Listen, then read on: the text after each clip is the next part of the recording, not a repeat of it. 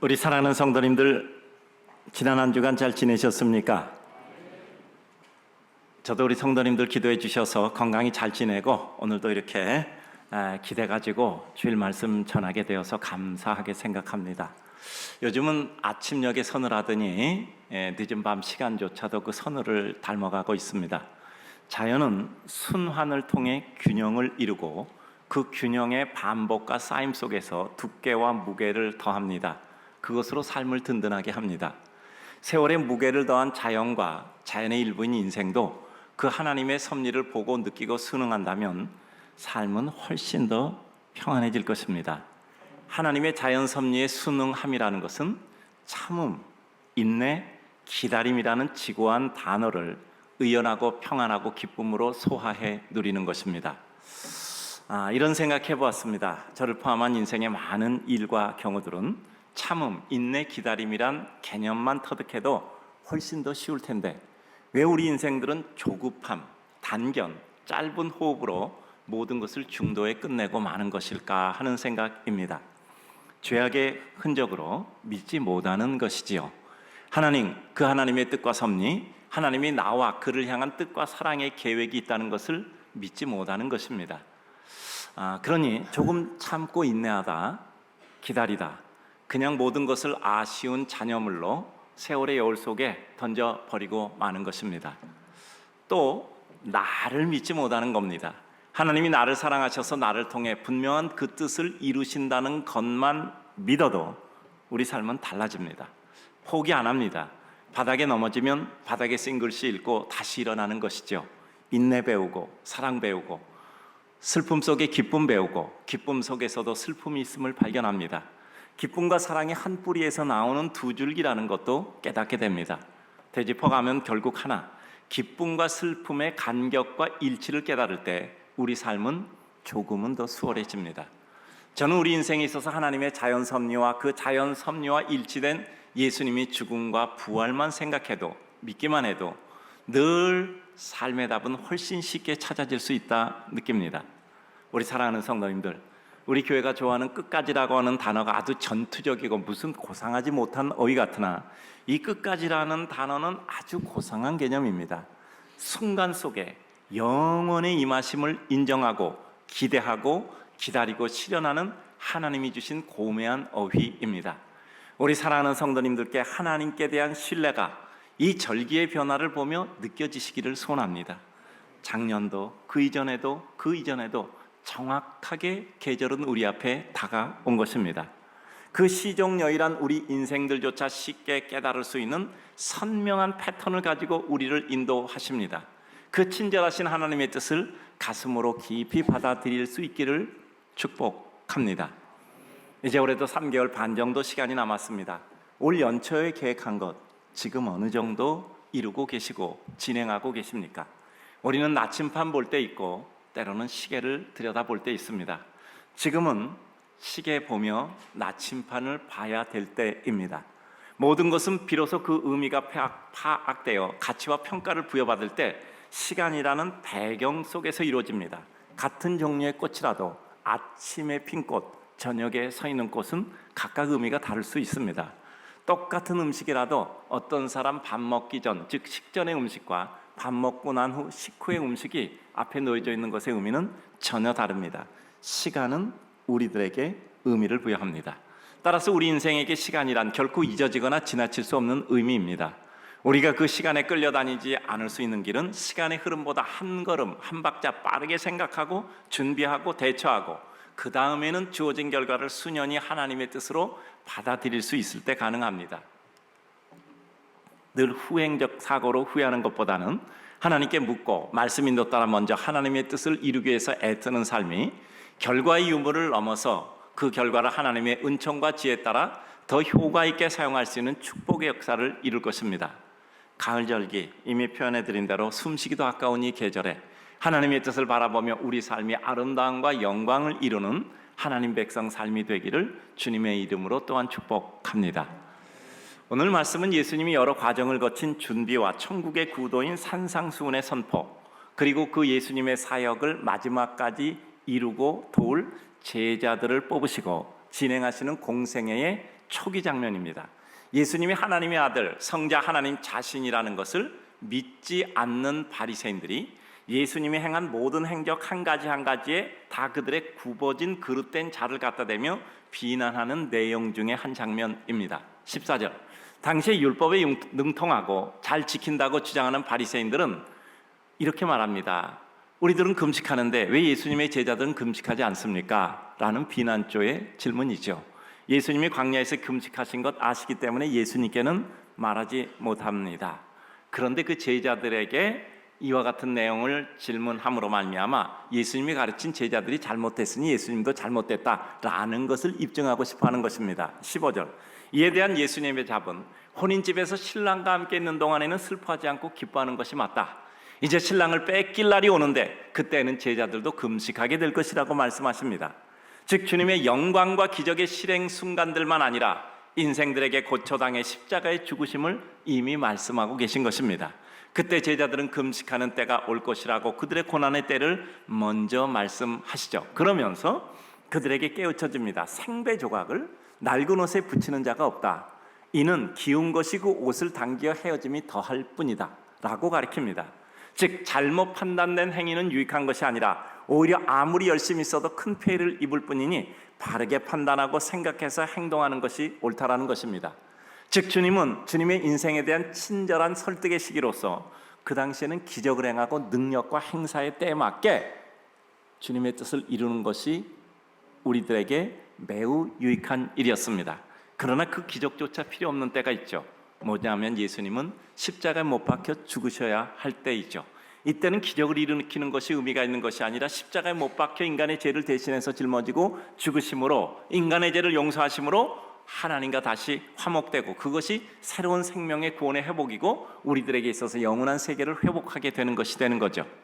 그러면서 17절에 새 포도주를 낡은 가죽 부대에 넣으면 포도주가 발효되어 부대가 팽창될 때 낡은 부분이 그 부풀음을 감당하지 못해서 터져버리므로 부대도 없어지고 포도주도 없어버리게 되니 새 포도주는 새 부대에 넣어야 된다라고 말씀합니다. 즉 너희가 이와 같이 율법을 가지고 이와 같은 질문을 하나 율법보다 더 크니 그 율법을 완성하니 율법의 완성자 예수 그리스도가 여기 있으니 이제는 율법의 적용을 받는 것을 넘어서서 율법을 폐함이 아니라 완성하신 예수 그리스도의 법을 따라야 한다라는 것입니다.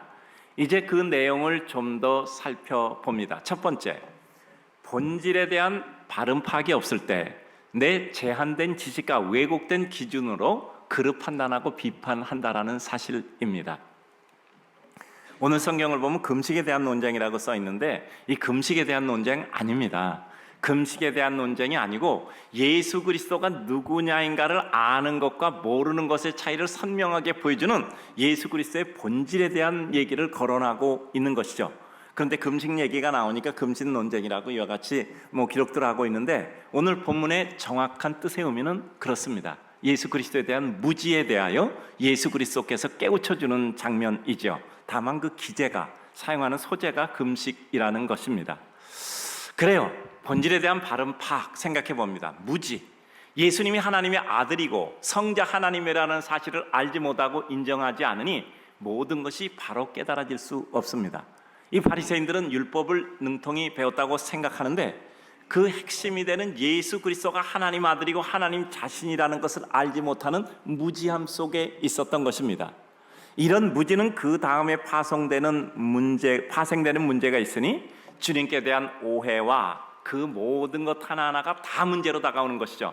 성경에 기록된 서기관, 바리새인 그리고 대제사장들의 무리 모든 내용이 그렇습니다. 2주 전의 말씀, 의사는 병든 자에게라 쓸 때 있느니라는 내용 중에서 마태복음 9장 10절에서 12절 내용을 보면 예수님이 세리 마태를 제자로 선택하시고 그의 집에 있을 때 다른 세리들과 그리고 또 그 당시에 거기에 대해서 내용 설명을 드렸죠. 그의 죄인들이 와서 같이 잡수시니 사람들이 이거는 유대인의 관례법에 옳지 않다라고 예수님이 율법 어긴 것이라고 판단해 버리죠.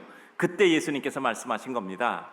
건강한 자에게 의사가 쓸 데 없고 병든 자에게라 쓸 데 있다. 나는 이런 잃어버린 사람을 찾으러 왔다라고 하면서 예수님은 그 당시에 그들이 생각하는 율법의 관습법을 넘어 완성시키는 사랑의 법의 완성자로서 그 모든 것을 능가하는 더 큰 은혜임을 말씀하고 계십니다. 지난주에 말씀드린 중풍병 환자를 일으켜 세우는 장면, 예수님께서 일으켜 세우기 전에 먼저 내가 죄사함 받았다 하고 사죄를 선포합니다. 그때 서기관들이 마가복음 2장 6절에서 7절 내용을 보면 앉아서 생각하기를 누가 이렇게 말하느냐, 신성모독이다, 오직 하나님 한 분 외에는 누가 능히 죄를 사하겠느냐. 예수님이 신성모독을 했다는 거예요. 근데 예수님이 하나님이시거든요. 이들의 잘못은 예수님이 하나님인 걸 몰랐던 거예요. 무지입니다. 무지는 오해를 낳게 되고, 오해는 결국 여러 가지 더 큰 잘못을 파생시키고 있습니다. 결정적인 장면 또 하나가 있죠. 요한복음 11장을 보면 나사로가 무덤에 묻혀서 이제는 동굴 무덤에 갇혀서 이와 같이 냄새가 나고 있는 중에 예수님께서 그를 일으켜 세우시잖아요. 나사로야 나오너라, 걸어 나오죠. 풀어놓아 다니게 하라. 배로 동인 거 풀어놓아 다니게 하는 것이죠. 이것으로 말미암아 백성들과 다른 대제사장들 혹은 바리새인의 반응 장면이 틀렸습니다. 요한복음 11장 45절 이하를 보게 되면은 예수께서 하신 일을 본 많은 유대인이 그를 믿었더라라고 말씀하고 있습니다. 즉 이와 같은 나사로 사건으로 많은 사람이 예수를 믿었어요. 그런데 46절 이하를 보면 바리새인들, 대제사장들의 무리는 오히려 이것으로 말미암아 나중에 53절을 보면 어떻게 됐냐면, 중간에 과정은 있었지만 이날부터는 그들이 예수를 죽이려고 모의하니라 라고 기록되어져 있습니다. 예수님께서 죽은 사람, 그것도 시체가 되어서 냄새가 나는 이와 같은 사람을 일으켜 세워 살리셨는데, 그것 때문에 많은 사람이 예수 그리스도의 생과 사를 넘는 이와 같은 생명의 창조주이심을 목격하고 예수를 믿게 되는데, 오히려 바로 그와 같은 순간에 이들은 예수를 죽이기로 결심하고 모의하기 시작했단 말이죠. 전혀 다르잖아요. 똑같은 장면을 보고 있는데도 전혀 다른 깨달음과 전혀 다른 계획과 전혀 다른 결과를 이루게 됩니다. 이들의 큰 문제는 그들의 기득권을 위해서 예수 그리스도를 죽이려 한 것으로 드러납니다. 그러나 더 깊이 살펴보면 그러한 행위 자체도 서기관, 바리새인, 제사장들이 결국 예수 그리스도가 누군지 정확히 알지 못하는 무지에서 온 것입니다. 여러분, 예수 그리스도가 하나님의 아들이고 하나님 자신이라고 알았다면 그들이 아무리 기득권을 지키려고 하는 마음이 있어서도 덜덜덜 떨렸을 거예요. 내가 저 예수 그리스도에 대해서 박해하면 나는 죽는다 라는 것이 그들에게 명확히 알려졌다면 그럴 수 없는 겁니다. 결국 그들이 끝까지 주장하는 그들의 무리, 아무리 약해도 예수님이 누군지 알면 그 보응을 어떻게 받을 줄 알아서 그렇게 할 수 있겠습니까? 결과는 무지입니다. 무지가 오해, 오해가 이와 같은 악행을 이루게 된 것이죠. 눈 감고 악을 행한다 해도 그 시초에는 사실에 대한 바른 파악이 없기 때문에 그들의 양심조차를 외면할 수 있었던 겁니다. 세상에서 가장 큰 죄는 무지입니다. 무지가 죄예요. 무지가 죄냐? 무지가 죄입니다. 예수 그리스도를 알지 못하는 것, 그 예수 그리스도를 부인할 만큼 주님께 대한 오해, 편견, 무지가 그들의 인생을 구렁텅이로 몰아가는 거죠. 그래서 그 다음에 나오는 것이 오류잖아요. 주님과 온 세상을 나 자신이라고 하는 짧은 자로 재려고 할 때 세상은 풀리지 않는 문제가 너무 많고, 틀린 사람, 없어져야 될 사람, 없어져야 될 일이 너무 많단 말이죠. 내 이 한 뼘 되는 짧은 구분자로 모든 것을 기준 삼아서 재려고 하면 어떻게 세상을 다 바르게 잴 수 있겠습니까? 자 자체가 굽어져 있는데, 무지가 가져오는 2차 징후가 바로 오해, 오류, 오판의 발생입니다. 바로 알지 못하니 각종 오해 생기고, 오류 판단으로 잘못된 결정을 하고, 잘못된 결정, 오판의 잘못된 행위 결과가 인생을 파멸과 멸망으로 몰아오는 겁니다.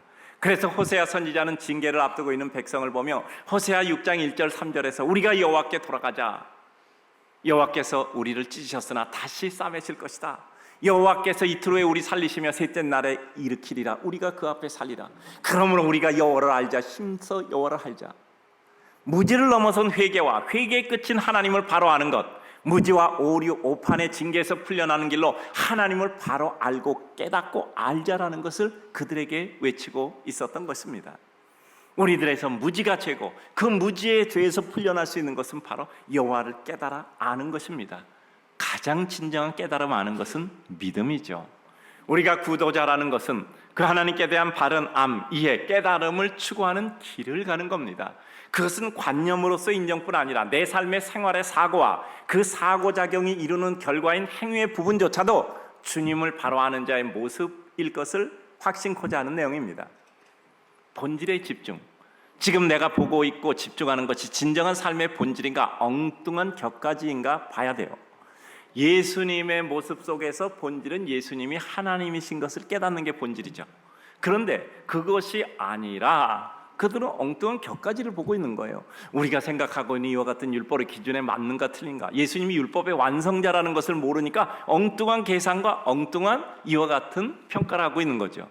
우리는 지금 내가 옳다 그러다 혹은 그렇게 해야겠다 저렇게 해야 되겠다는 결정하는 근거가 무엇입니까? 결정하는 근거가 옳아야 되잖아요. 근거가 틀리면 나머지는 전혀 말할 여지가 없죠. 무지에서 오는 오해, 그릇된 기준, 그릇된 판단에서 오는 것입니까? 세리와 죄인들과 음식 같이 드시는 것 보고 바리새인들은 주님의 인생 구원의 목적을 모르니 그들의 반수법에 따라 율법을 어긴 것이라 판단했을 뿐입니다.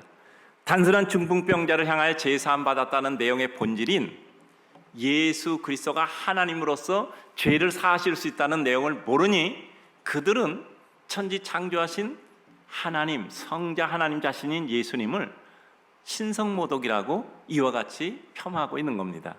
나사로를 무덤에서 살리신 장면을 보고 이 사건으로 모든 사람이, 주변에 있는 사람이, 많은 사람이 예수를 믿었어도 이들은 그 시간부로 예수 그리스도를 죽이기로 작정하고 있었던 거예요.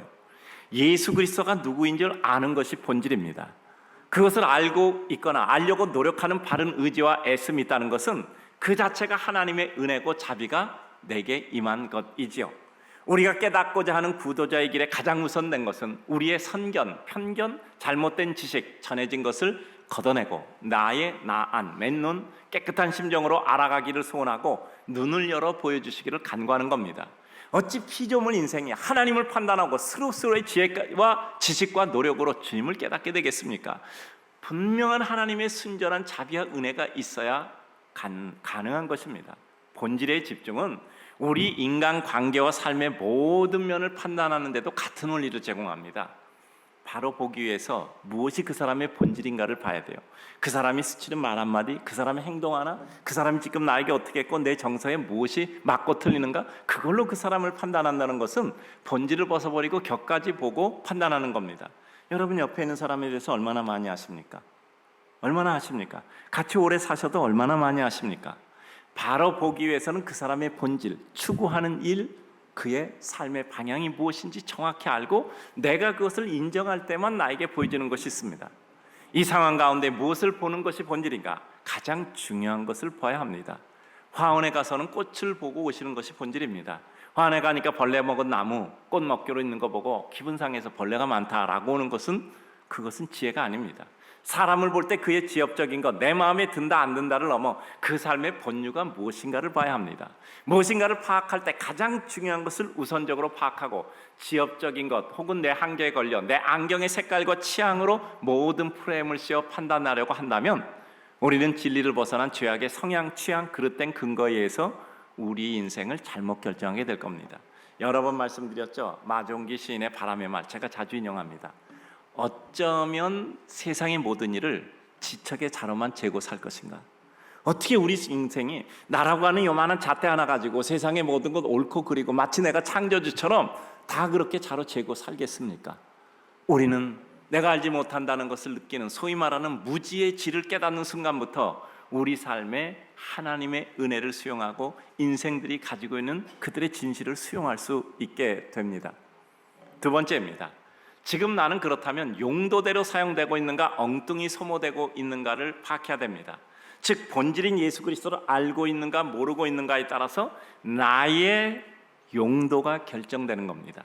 그 예수 그리스도가 하나님이라는 본질을 알고 그 예수 그리스도의 뜻을 내가 추종하고 따라가고 그리고 이루는 것이 나의 길이라는 것을 안다면 나는 그 용도대로 사용돼야 돼요. 그런데 엉뚱하게 소모되고 있고 그 용도와는 상관없이 살고 있다면 비극이죠. 용도 파악. 큰 칼을 작은 물건 자르는 데 사용하는 것은 지혜롭지 못합니다. 즉 용도대로 사용돼야 됩니다. 하나님 백성은 하나님의 일 하는 것이 옳습니다. 오늘 바리새인들은 예수님이 누군지 모르고 무엇을 위해 어떤 용도로 오신 것을 모르니 그 옆에 있는 제자들도 어떤 용도로 뽑은 것인지 모르니 엉뚱한 요구에 맞지 않으니 비난하게 되는 거죠. 주님은 십자가 죽음과 부활을 통해 인간을 죄와 죄가 준 죽음으로부터 구원하시는 용도를 위해서 이 세상에 오신 것입니다. 바리새인들은 자신도 자신이 추정하고 있는 율법의 용도와 가치를 모르고 자신이 설정한 용도대로만 율법을 사용하기에 오히려 주님의 길을 비방하고 가로막는 자가 되어버렸습니다. 진실로 율법의 뜻을 안다면 그 율법의 완성자인 예수 그리스도를 추앙할 수밖에 없죠. 주님의 일과 길을 돕고 세우고 이루는 데 일조하는 것이 우리의 인생 길입니다. 자, 그러면 그 다음 중요한 것은 무엇입니까? 용도의 인정이잖아요. 내 앞에 있는 사람이 용도를 알고 인정하고 내 용도를 알고 인정할 때 삶은 편안하고 기쁠 수 있습니다. 서로를 인정할 수 있기 때문이죠. 하나님을 인정하는 것은 그 하나님의 섭리와 행하심의 옳음을 인정하는 겁니다. 그것은 하나님이 만드신 사람을 인정한 것도 포함됩니다. 여러분, 하나님이 나를 만드셔서 감사합니다. 매우 중요합니다. 근데 이것도 있어야 돼요. 하나님이 그 사람도 만드신 겁니다. 하나님 그 사람도 만드셔서 감사합니다.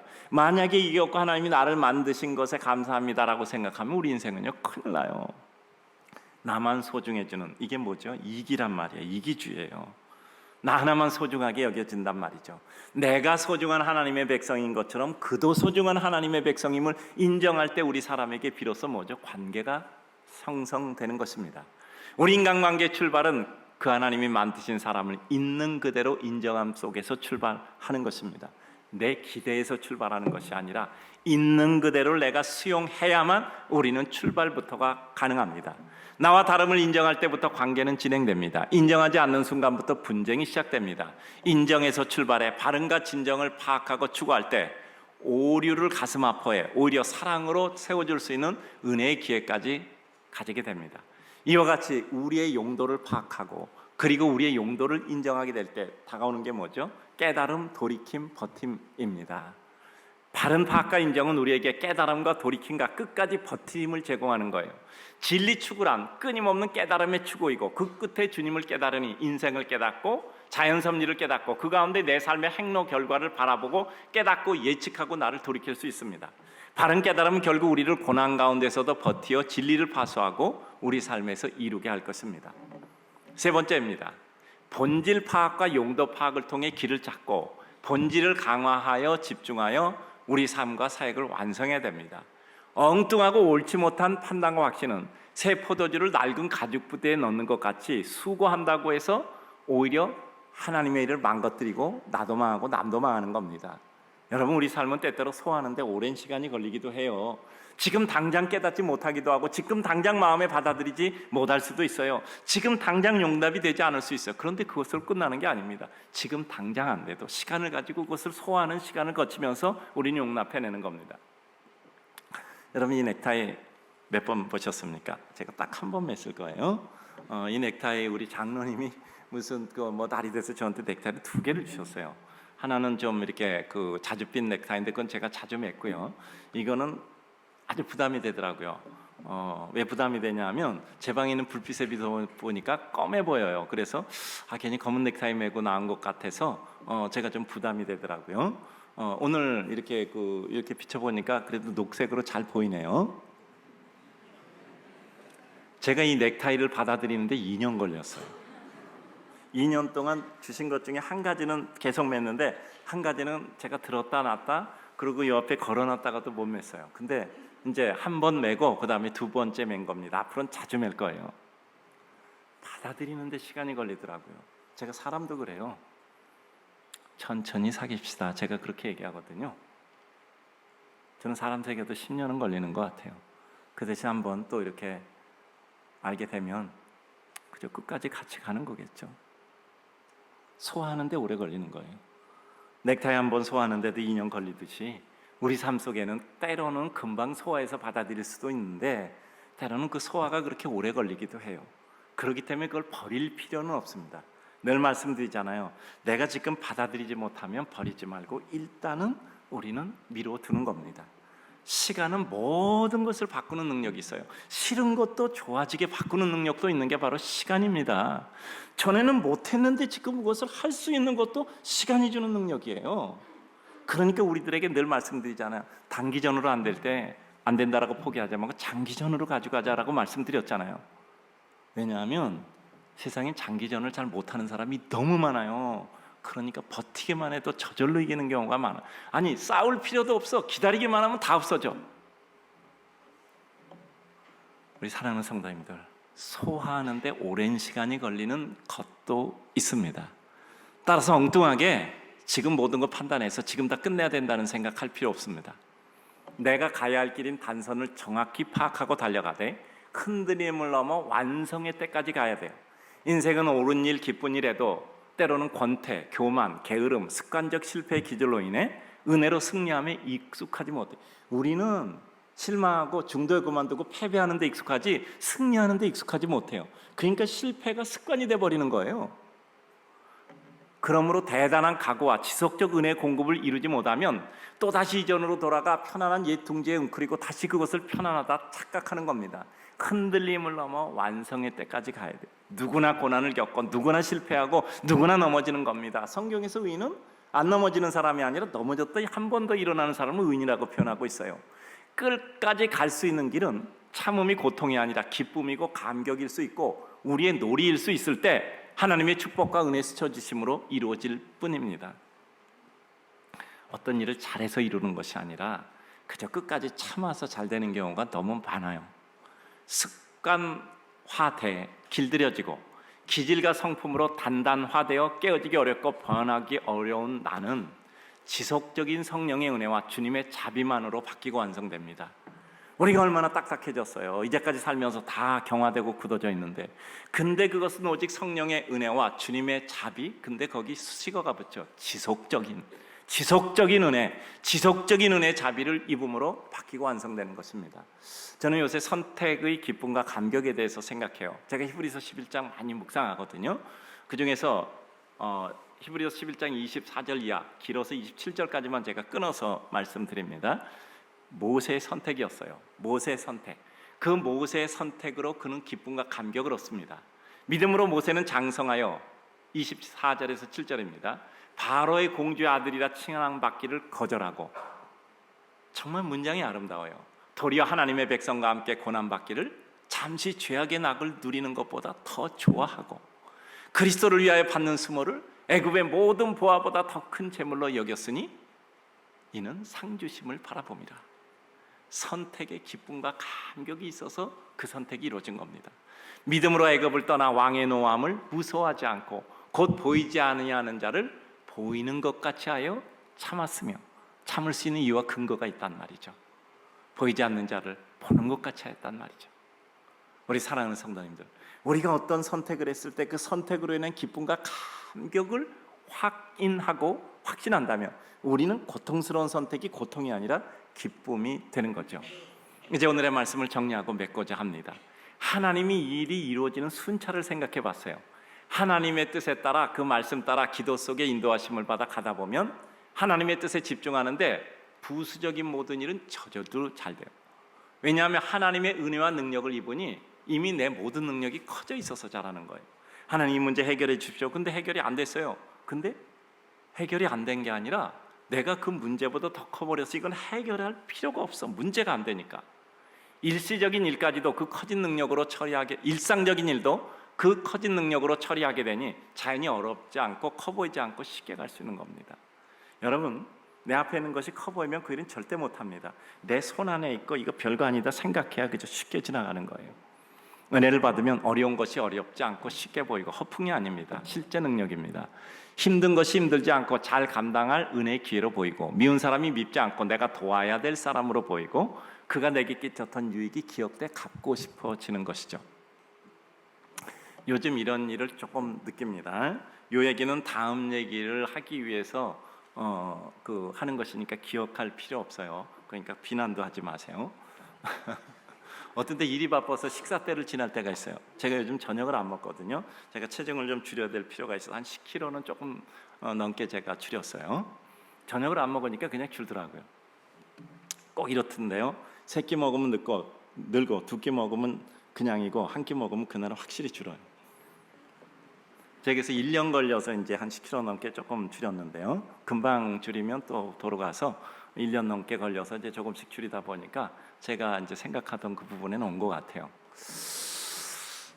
저는 저녁에 먹기 싫어서 안 먹는 사람이 아니라 먹고는 싶은데 할 수 없이 안 먹는 사람이에요. 그러니까 저녁에 무슨 생각하면 내일 새벽에 먹자. 그래서 새벽부터 끝나고 올라가서 바로 밥 먹어요. 그래야 또 하루가 시작되는 것 같아. 자, 지금부터 시작이야. 그런 의미로 딱 밥을 먹어요. 밥 먹고 나서 그럼 뭐 어떡하겠어요? 시작해야지. 근데 이 밥 먹기 전에 또 앉아서 뭘 또 한단 말이야. 이게 이제 문제야. 그 하다 보면 뭐 좀 하다 보면 금방 시간이 지나서 벌써 이게 아주 긴 시간이 돼 버리잖아요. 그러면 이거 아침 먹기도 어려운 시간이고, 근데 점심은 먹어야 돼. 왜냐면 점심은 너무 소중하잖아. 그 점심 먹으면 그 다음부터 못 먹어.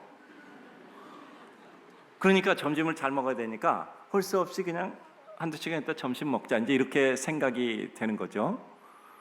어떤 일에 이렇게 몰입하다 보면 배고픈 줄 모르잖아요.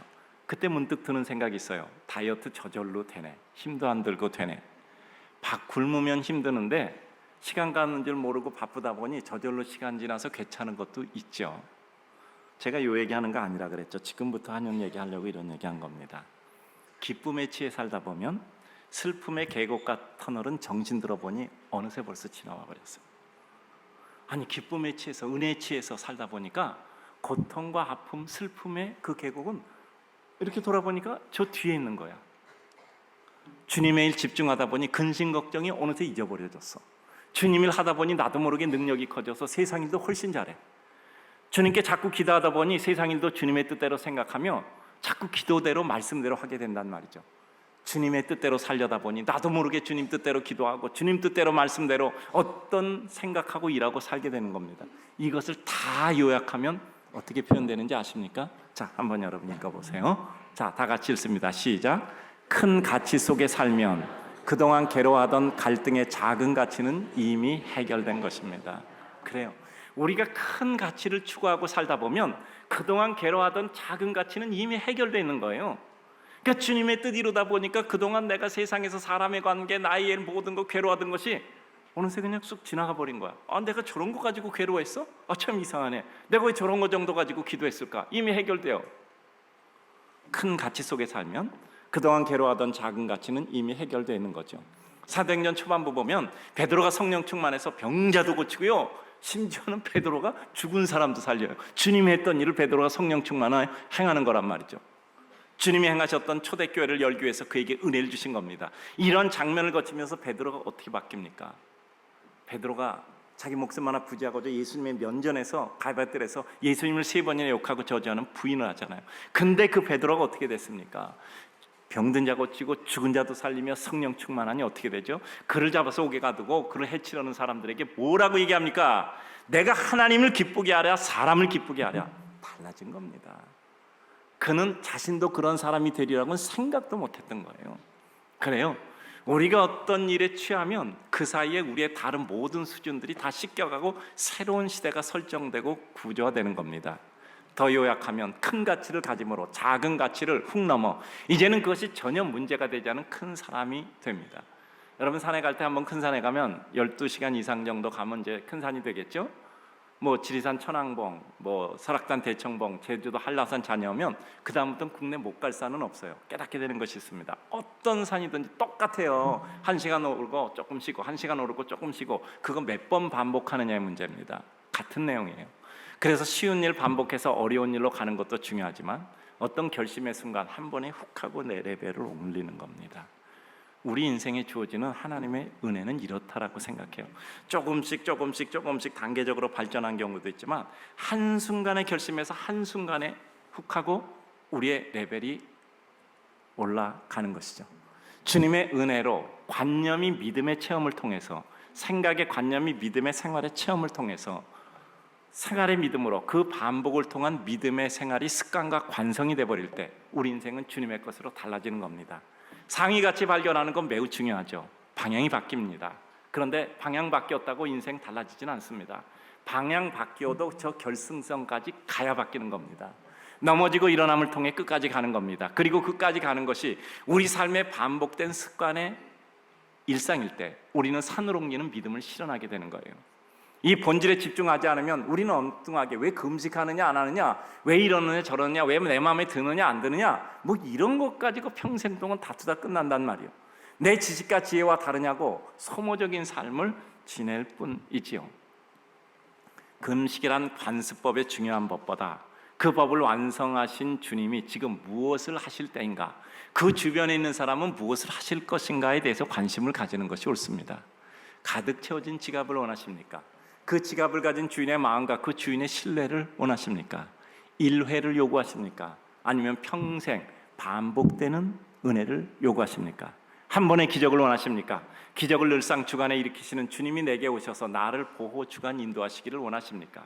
믿음은 바른 대상을 찾고 바로 파악하고 바로 기대하고 내 생활 속에 임하셔서 그 능력이 실행되기를 기대하고 기도하고 실현하는 것입니다. 사랑하는 우리 성도님들, 본질 벗어난 일로 삶을 소모하는 것보다는 내가 지금 가장 집중해야 될 일, 그리고 내가 꼭 해야 될 일, 내가 하게 될 일이 무엇인가를 정확히 파악함으로 말미암아, 내 용도를 파악함으로 말미암아 그 뜻을 이루어드리는 주님의 백성 되시기를 주님의 이름으로 축복합니다.